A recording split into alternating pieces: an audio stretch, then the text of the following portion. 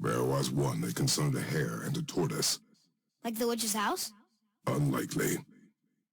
So what happens? They wager on a race between them. The hare is too confident of victory and foolish, while the tortoise is steady and disciplined. The tortoise wins. Kind of bored. I guess I'll do a top 10 God of War moments.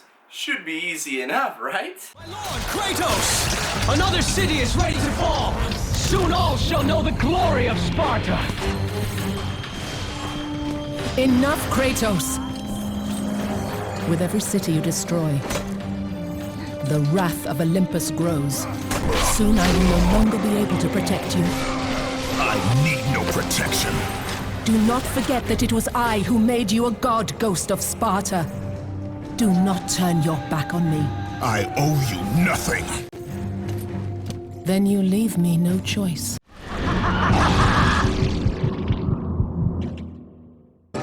Kratos Forever could not be more right. This has been the hardest top 10 video I've ever done, and it's not for lack of awesome moments, it's because of how many there are. The God of War series consists of 6 awesome games and one that tried really hard, so it's no surprise that many awesome moments will be left out.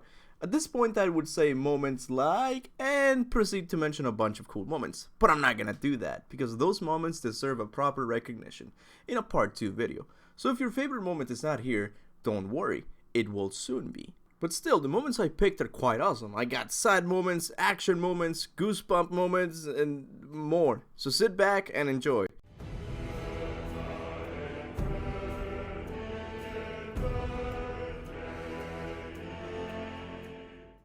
You know, doing this list was hard when I kick it off with the death of ZEUS. After nearly killing him back in 2007, fans of the series had to wait 3 years until they could face the King of Olympus again. So you can say expectations for the fight were through the roof, and I can gladly assure you that it did not disappoint. I can tell you how epic the boss fight itself was, but this is not a top 10 God of War boss fight video. This is a top 10 God of War moments, and the moment that stood out among the rest was beating ZEUS to death. And it wasn't the level of violence that stayed with me afterwards. What was cool about this moment was how Santa Monica allowed the player's anger towards ZEUS to be displayed on the screen. Every other finisher Kratos performed had the developer come in like a referee when it became too much. In this moment the referee was bribed because you could hit ZEUS till your thumb turned blue, so new players to this series might have stopped after a few hits, but the ones that had been with the series since the beginning, the ones that knew all the evil ZEUS had committed, we stayed till we got the trophy.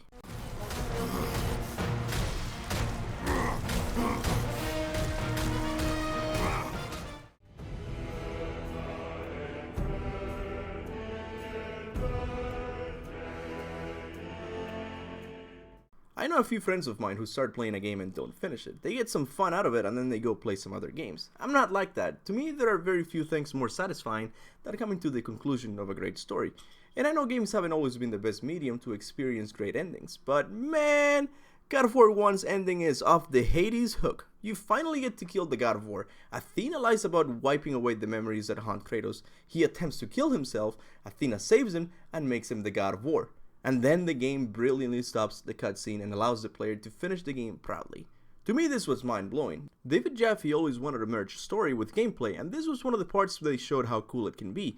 As you step through the portal that divides the world of man with the world of the gods, you get to walk on Olympus, this time without having to kill a bunch of enemies. You're there to enjoy the scenery and the sense of accomplishment. As you enter the God of War's throne room, you see taxidermy versions of the game's bosses, the Hydra, the Minotaur, and none other than the former God of War himself, which if you have patience enough can destroy, but as you can see in the video, I did not.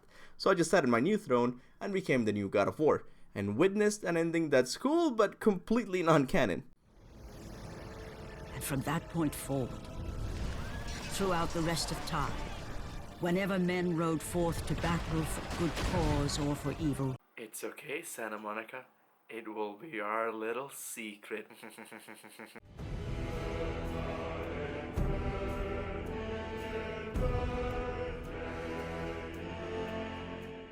By now we know Cory Barlog has some interest in the time travel department. There are countless mentions of the term throughout his latest game. So it's not a surprise that Cory's first game was also about time travel. And the moment I'm talking about is not turning back the threads of time to kill ZEUS. That one would have made the list if the player could go through all the windows, at least for a little while. But the moment I'm talking about is the second stage of the boss fight with the Sisters of Fate, where Atropos takes you back in time to the fight with Ares, and gives Kratos a menacing time travel threat. The sword which you stand on delivered your victory against Ares. Without it, you will be the one who dies this day, not Ares. When she said that, I thought you would simply get a "you are dead" screen, as God of War is not really known for its player death scenes like Tomb Raider is. But you know the saying, curiosity killed Kratos from the present timeline, as letting Atropos destroy the blade activates this cutscene. This is the power of the Fates, Kratos. No one can change their true destiny.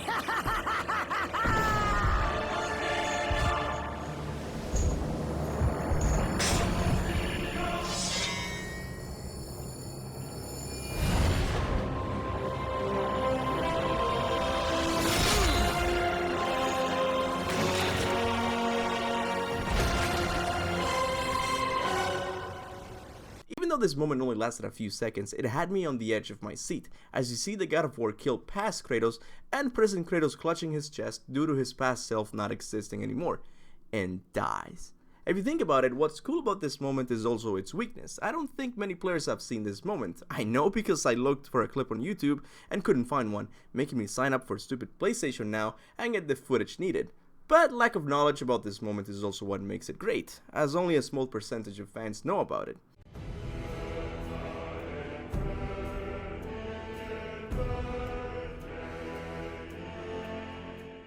For my number 7 spot, I decided to go with the intro for God of War 1, and I know this is more of a section than a moment, but I'm not gonna do a top 10 God of War section video.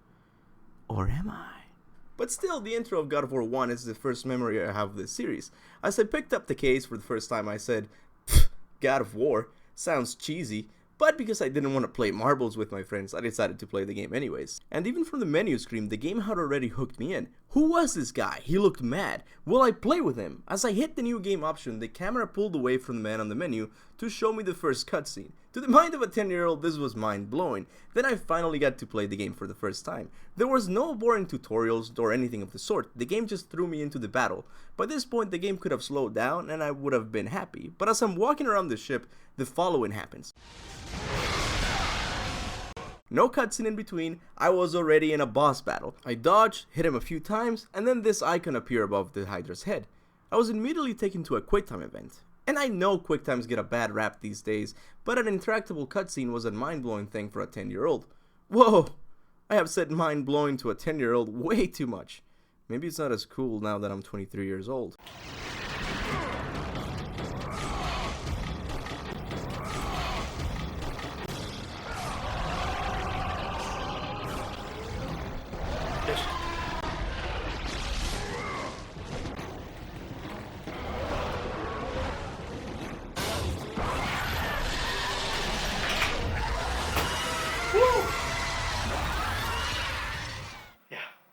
It's still fun.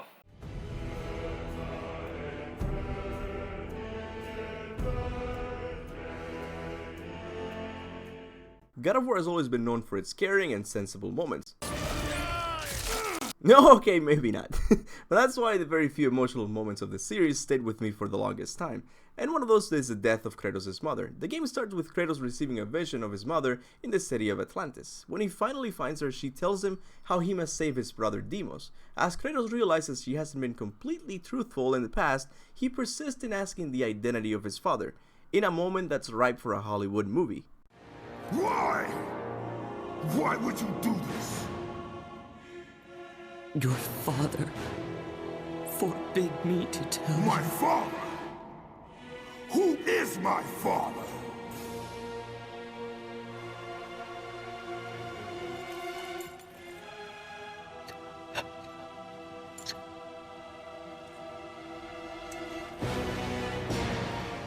I love this moment because it allowed me to know something ahead of Kratos, and was waiting for his reaction at realizing that his father was the king of the gods.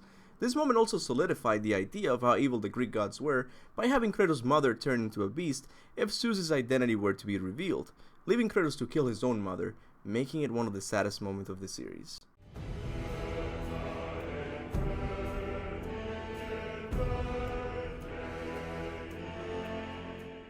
Before I had this God of War YouTube channel, I had no way of finalizing my thoughts about certain topics. Like, it drove me insane when I couldn't decide which was the better God of War game, 2 or 3. It's God of War 3, by the way. Another topic of back and forth was whether the encounter with CRONOS was a boss fight or a level, and I finally gave up and asked myself, do you like this part?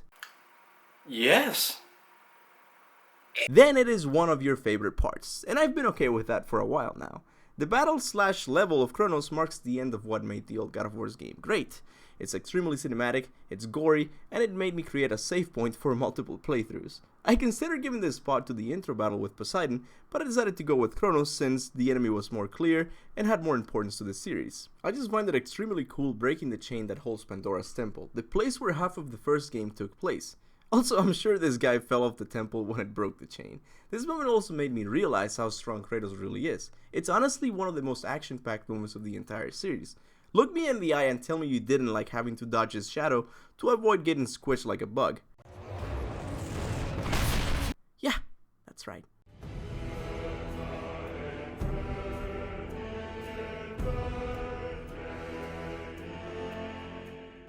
As soon as we enter the Elf realm, we are told to reach the light of ALFHEIM. Not much is known about this source of power. We can see some dark elves worshipping it, but other than that we are clueless as to what this can be. But what I do know is how epic entering the light was, as it made me take a break from killing dark elves and forced me to listen to Atreus' inner thoughts. All of this going on while listening to one of the most soothing themes in the whole series. Faye?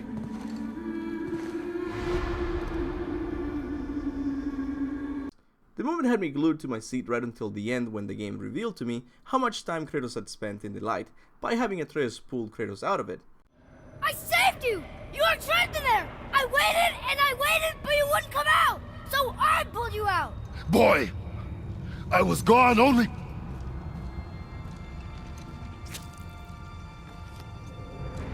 moments. I think we can all agree the moment deserves to be on this list by those moments themselves, but this moment also offered another layer of awesomeness that only people who played the game for the second time will notice. Corey had brilliantly shown parts of the games that were to come, the lake being almost dried out, the Helheim boat, and most importantly, the bridge of Jotunheim, the freaking ending of the game. As a God of War theorist, this moment drives me crazy. Does the light know the future? Does it know other people's consciousness? As cool as the moment is, it raises more questions about the lore of the game than it answers, and I love it for it.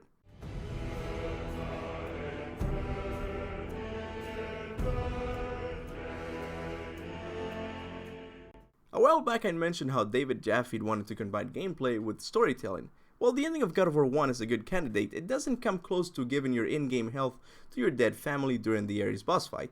By this point in the game I had come to hate Ares enough, but this was the final straw.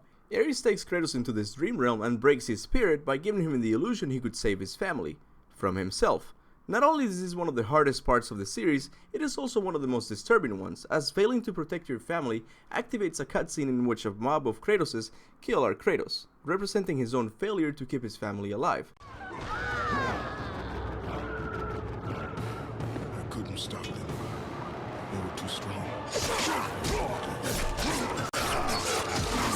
Saving his family was brilliantly designed as it was presented to us through gameplay and not a cutscene, making it more nerve-wracking when the player had to make the selfish choice of keeping his health to survive, resulting in Kratos' family to die a violent death. This is by far the most artistic moment in the God of War series, and David Jaffe deserves a trophy for it. No price is too high for what I offered, and you rejected me. A god!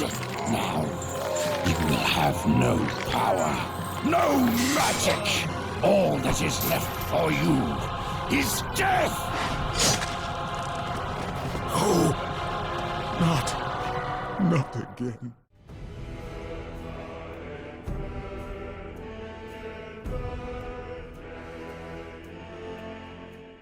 For my number 2 spot, I decided to go with the death of Baldur, mainly because of how pivotal this moment is for the series. Baldur announces the start of Fimbulwinter, Freya becomes an enemy to Kratos, and Atreus finds out the truth about his father's most questionable action, the killing of Zeus. These 3 points earned the death of Baldur the number 2 spot on my list. But not only was it a pivotal moment for the series, it was the most symbolic one in my opinion. Listen to what Kratos tells Baldur. The cycle ends here. Must be better than this. Now listen to what Zeus says when he kills Kratos.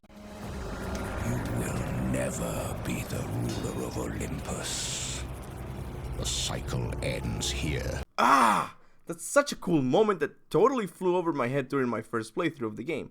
While ZEUS' take on the cycle ends here was selfish, Kratos is destroying the idea of children killing their fathers, creating a better world for Atreus by saying, we must be better than this. When I realized what Santa Monica had done there, it officially became my favorite quote of the series.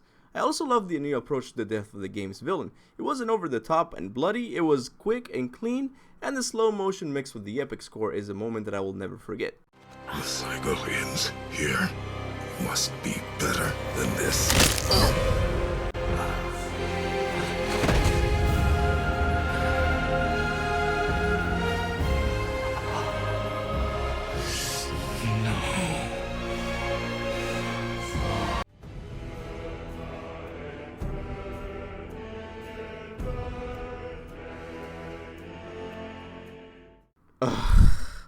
This has been the hardest top 10 I've ever done. It's the only one that has caused me guilt and fear of putting one moment above another one. If you haven't noticed by now, God of War is my favorite series, and it all started back in 2005, the moment I held the Blades of Chaos for the first time. Prior to them, weapons felt somewhat stiff and slow, but the blades, that's why it was shocking to me when I heard the blades were not returning for the latest game. And when I finally got to play with the axe, I fell in love with it. It's a really good weapon, but I still miss the feel of the blades. Little did I know that Corey had a surprise for us. Then I must return home. Dig up a past I swore would stay buried. Wait, what is he talking about?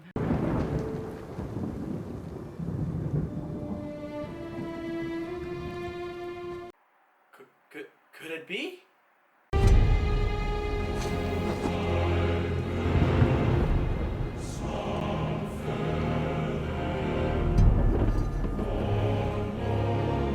This moment activated so many nostalgic feelings in me. The blades that I grew up with had returned with a level of depth in the story unmatched by its first games. Think about it, Kratos has to get the weapons he used in the killing of his first family in order to save his new family.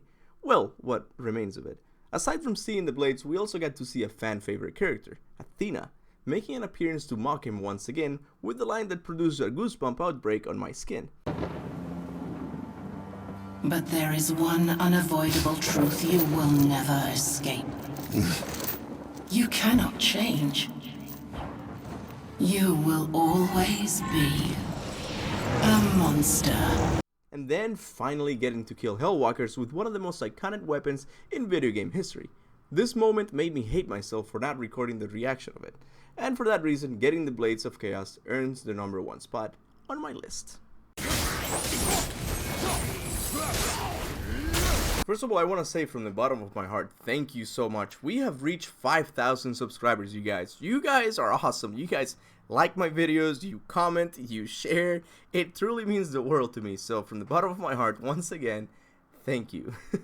I hope you liked the video. It honestly was one of the hardest videos I've ever done. Like it's something that I really had to think about, which was the best moment and all that, because there's just so many of them. So like I said before, I'll probably do a part 2 video of it. But tell me your favorite moment down there in the comment section below. Love you so much for all the support you guys give me. Once again, thank you, and I will see you guys in the next video. Good.